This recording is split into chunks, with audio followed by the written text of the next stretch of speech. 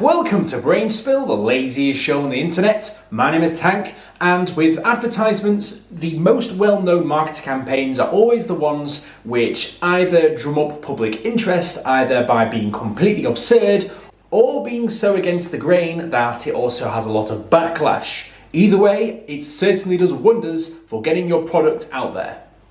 There are times, however, where marketing campaigns can get a little bit out of control, and this story is no different.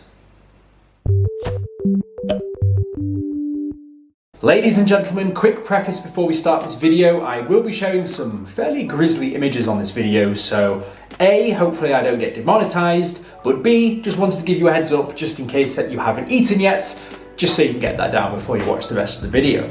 Now, there have been marketing campaigns in the past which have been truly awful, such as the collaboration between Apple and U2, and also that completely bullshit Pepsi Saves the World campaign.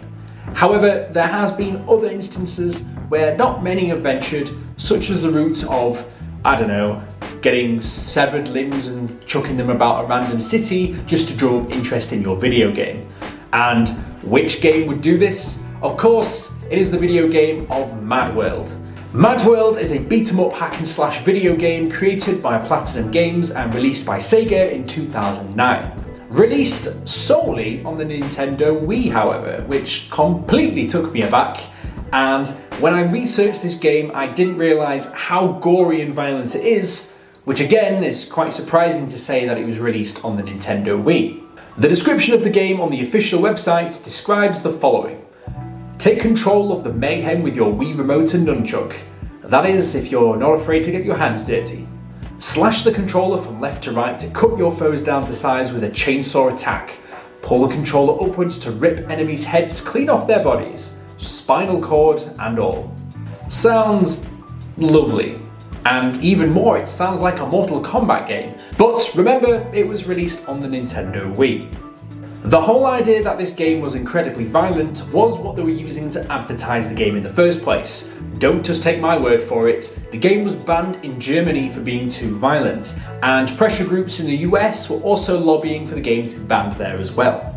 The game was so violent, in fact, that John Bayer, he was the director at a group called Media Watch UK, who were a lobbyist group to try and get decency in movies, films and video games. He commented on Mad World and said that instead of the 18 certification it was given, in the UK it should have been outright banned. He said, "I deeply regret the board's decision. It is very well known that children and young people get access to 18 rated games.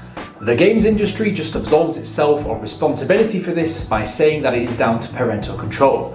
There is enough killing and maiming in the world without turning it into entertainment, which is a huge cultural mistake."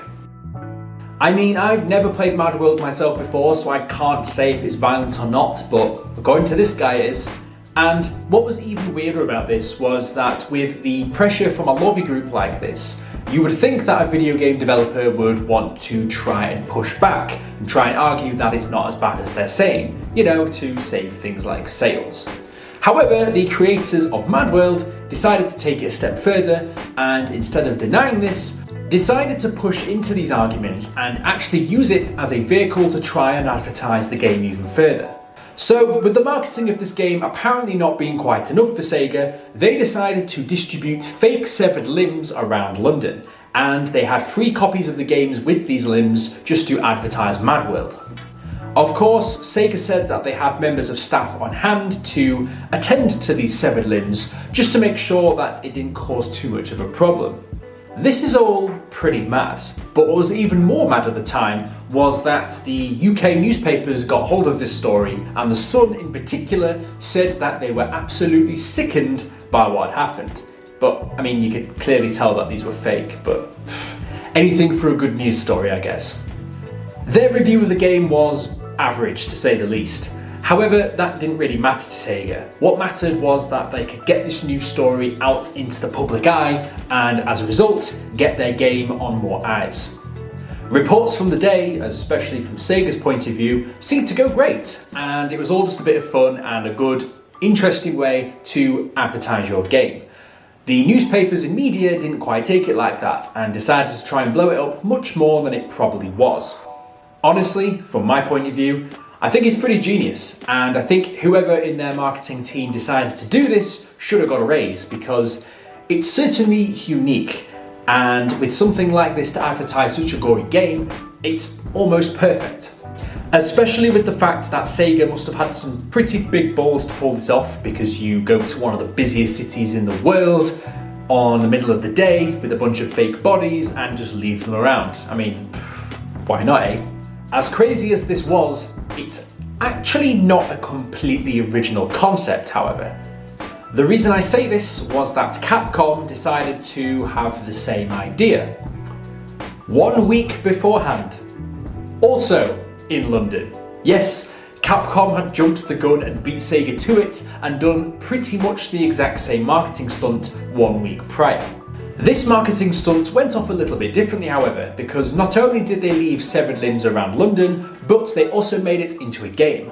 Capcom, to advertise the release of Resident Evil 5, asked fans to scour London for body parts, each being worth a different amount of points, and whoever managed to collect the most by the end and bring them back to Trafalgar Square was the winner. And the prize was a free trip to Africa, which is pretty cool. Also, as you can imagine, the media were whipped into a frenzy over this, which was good for Capcom and their nefarious marketing ways.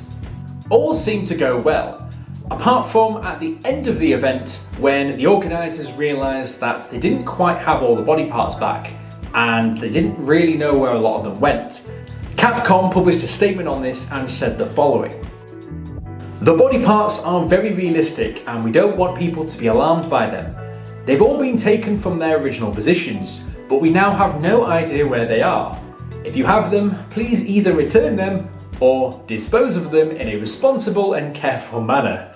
In addition, chicken livers were used for added gore, and, uncooked, they can be dangerous." So let's just hope that if anybody decided to take one of these body parts as a souvenir, that they didn't decide to lick their newly found severed leg.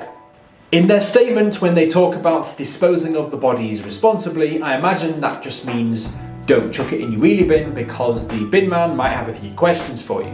However, it must have been a very successful marketing campaign, because not only did they do the same thing in other cities, such as these images in Madrid, but they decided to do a similar marketing campaign for the release of the follow-up sequel, Resident Evil 6. However, the difference for this one was that they decided to open up a fake meat market. And when I say meat market, you're just going to have to look at the pictures for yourself to see what I mean.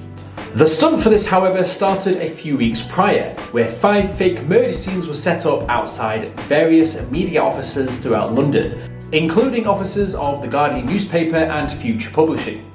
Images of these fake crime scenes were sent to journalists in the nearby area, and afterwards 125 pieces of pre-packaged fake meat was sent to these journalists. What was in them was animal products, however it was labelled to say that they were various human body parts. Finally, journalists were invited to a human meat market named Wesker & Son, named after one of the characters in the game. The Wesker & Son Human Butchery, opened in East London, was open to the public for a few days, where they sold meat to the public, which was apparently human. So anybody with a nice taste for a human tenderloin knew where to go. The elaborate event had effectively recreated a butcher's inside this building, and inside of it there were human body parts everywhere, some hung up, others packaged ready to be sold, and there were various human bodies and body parts on display where people could get a glimpse of what they might be eating. Capcom, clearly excited by their cannibalistic butchery that they were about to open, released a statement and said the following: "Once at the Wesker & Son Butchery, members of the public will be invited to sample and purchase a dizzying array of edible human limbs, including hands, feet and human heads, which will be available to buy directly from the shop.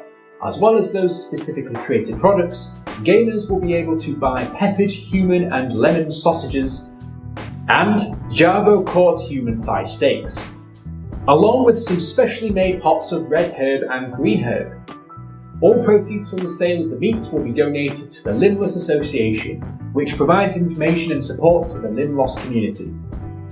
Human hands cost £5.99, with the feet a little bit more pricey at £6, and human thigh steaks were on sale at just £2.99, which for London prices is a pretty good deal. And if anybody has a problem with it, all you need to tell them is that it's for a good cause, so you can get away with your strange cannibalism as much as you like. It's like stepping into some strange paradox where this is just a normal thing that happens and people can freely go buy this stuff. And I imagine that it probably just tastes like chicken, so it's probably not even anything that special. Even though the pop-up shop was only open for 2 days, it proved very popular, and the PR director for the Stunt went on to comment on this and said the following. The brief was simple. Raise awareness of the game within the non-gaming community beyond hardcore gamers who are already anticipating the game's release. But zombies have become a bit of a cliche, so my response was, let's do something a little bit different. And something different they did indeed. And honestly, I think it paid off because it seemed really popular, and these very, very unique marketing campaigns can really help a game and push it through the ranks, especially to people who may not have even known the game existed before seeing something quite absurd. And I really do hope that more publishers do things like this in the future, because not only is it incredibly interesting, but I might be able to make a few more videos out of it. If you like the video, be sure to like and subscribe. If you want to be notified as soon as I upload my next video, be sure to hit the bell button. And if you've got any ideas as to what videos you'd like me to discuss next, let me know down in the comments below. As always, sources used in the video will be in the description. Right, I'm going to go make myself some dinner, but I have steak to eat, so I'm going to go stare at the packet for 10 minutes and convince myself that it's a cow I'm eating and nothing else. I'll see you guys in the next video. Fantastic.